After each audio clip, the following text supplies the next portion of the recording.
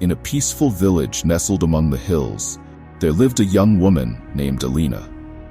Alina spent her days chasing happiness, believing that it was something she had to earn. She threw herself into her work, saved up for things she thought would make her happy, and filled her calendar with events. Yet, no matter how much she achieved, happiness always felt just out of reach. One morning, as she strolled through the village square, feeling restless, she noticed an elderly woman tending a small, colorful garden. The woman, with a peaceful expression, moved slowly and carefully, as if every flower she touched brought her joy. Intrigued, Alina approached the gardener. "You always look so content. What's your secret? How do you stay happy?" she asked. The old woman smiled, her eyes twinkling. "Happiness isn't something you find by running after it," she said softly. "It grows like the flowers in this garden, quietly and naturally when you nurture the right things." Alina was confused. "But I've been doing everything I can, working hard, staying busy, saving money for the future. Isn't that the way to happiness?" The gardener paused, looking up at the sky. "Happiness isn't something you force, like a flower blooming before its time.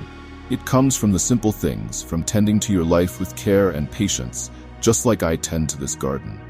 Alina didn't fully understand, but the old woman's words stayed with her. The next day, instead of filling her time with activities, she decided to take a break. She sat by the garden and simply watched the flowers sway in the breeze.